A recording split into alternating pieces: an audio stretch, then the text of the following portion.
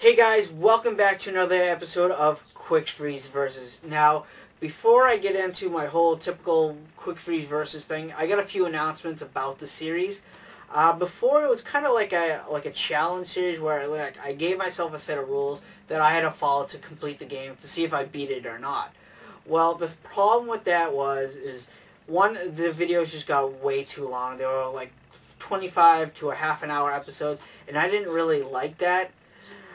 Second of all, if I beat the game, the videos kind of became like a walkthrough on telling people how to beat the game. And again, I didn't really like that either. It was supposed to be kind of like a challenge thing where, me challenge to see if I could beat the game in a certain amount of time or not.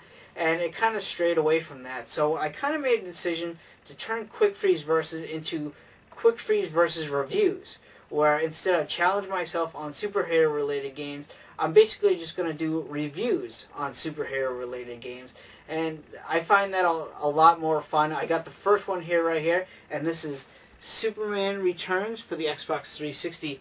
Now, this game was requested to me by Heroes of Slime, so thank you very much, and I apologize if you were hoping for like a challenge video, but I kind of just made a decision to just do reviews on superhero related video games. So that is the direction I'm going to go with the whole Quickfreeze Versus series. So I hope you guys enjoy. I hope you guys like it. This is going to be my first video in, for the change. So here we go.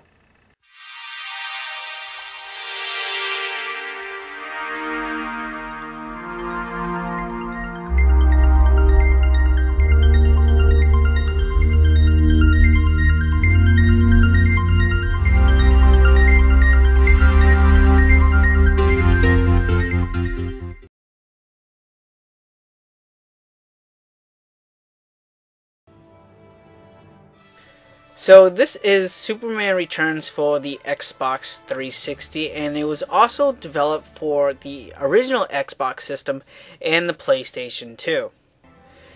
The game itself is based off the movie of the same name, and it was developed by EA in conjunction with Warner Brothers Interactive Entertainment and, of course, DC Comics. The game features voices and likenesses from the actors of the movie in their respective roles of Superman, Clark Kent, Lois Lane, and of course Lex Luthor. Now, the story of the game opens up just like the movie, where scientists have discovered the remains of Superman's lost planet of Krypton. Superman flies to a distant galaxy only to find that the great civilization is truly gone.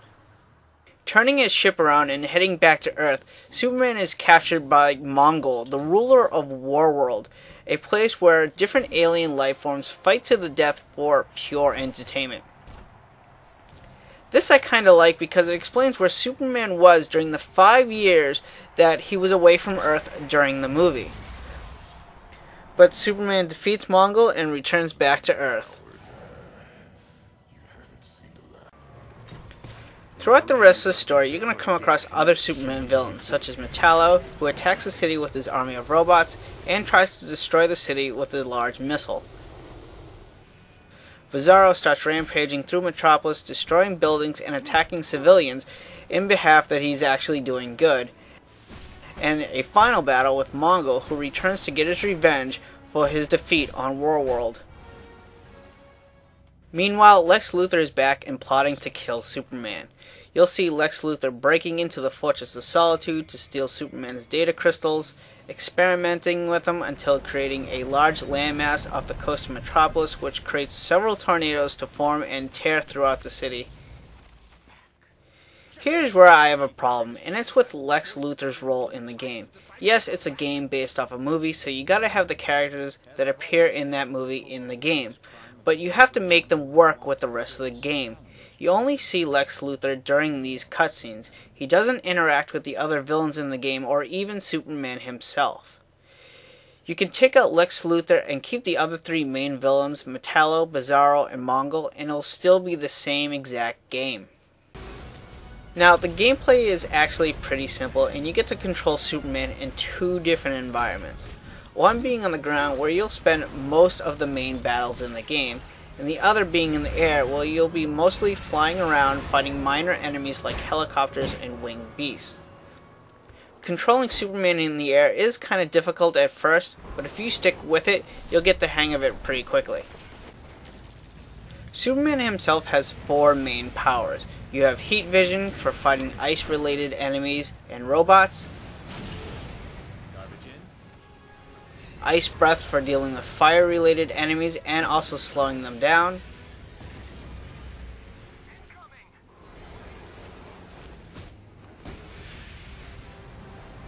super breath used mostly to put out burning buildings, and lastly, the one you're probably going to use the most, which is super speed, mainly used for traveling really fast either on the ground or in the air. Except for super speed, each one of these powers has different energy levels which can be upgraded, but you can really just stick with the lowest level and you'll be fine. So how does Superman die? Everyone knows this from the comics. He dies by kryptonite, right? Well, not in this game. Actually, he doesn't really die at all. And what I mean by that is Superman does have a life bar, but when that life bar is depleted, Superman will fall to the ground and a button prompt will display telling the player to mash the Y button. Doing so will revive Superman back to full health and ready to continue the game. Some might think this is really cool, but for me, I found this feature kind of takes away the difficulty of the game when fighting mainly the main bosses. The only other way to actually lose in this game is that on the top screen you are given a second life bar. Now this life bar isn't for Superman, but it's for the city of Metropolis, and it will slowly go down when the city is being attacked by either enemies, bosses, or natural disasters. When the city takes enough damage, you will fail that mission, and you will have to start the mission all over again. So now you're probably asking, this game has missions? Well, yes and no. I like to call them chapters, and how the chapters work is that you have to gain enough experience points to move forward in the story. But let's break the chapters down into 2 groups. The first group of chapters is story related, which usually contains boss battles. Defeating each boss will grant you enough experience to move on to the next chapter without that much grinding. The second group of chapters are basically fillers. This is where you're going to spend most of your time in the game, and I really mean that. You're going to fly around the city looking for trouble like attacks on the city, burning buildings,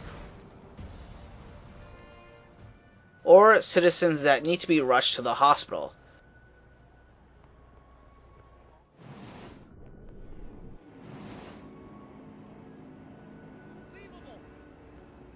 These parts after a while start to get really boring because they will just repeat over and over and over again until you gain enough experience points to move on to the next chapter.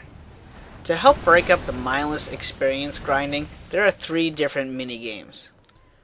The first being that you can rescue over 100 cats throughout the city. The second is a race to the finish with one of Superman's villains, Mr. McPidlick. And the final one being that Mr. McPidlick will change you into Bizarro and you have to destroy the city in a certain amount of time. Doing any of these will grant you experience points, but not as much as grinding throughout the city stopping different disasters. So what do you do when you beat the game? Well, there's actually a lot to do when you beat the game, which will probably take you about 4 or 5 hours. You could do all the different mini games as I already mentioned, but with the experience grinding and the flying around the city looking for trouble once you beat the game, you are not going to want to get 100% in the game simply because it's just really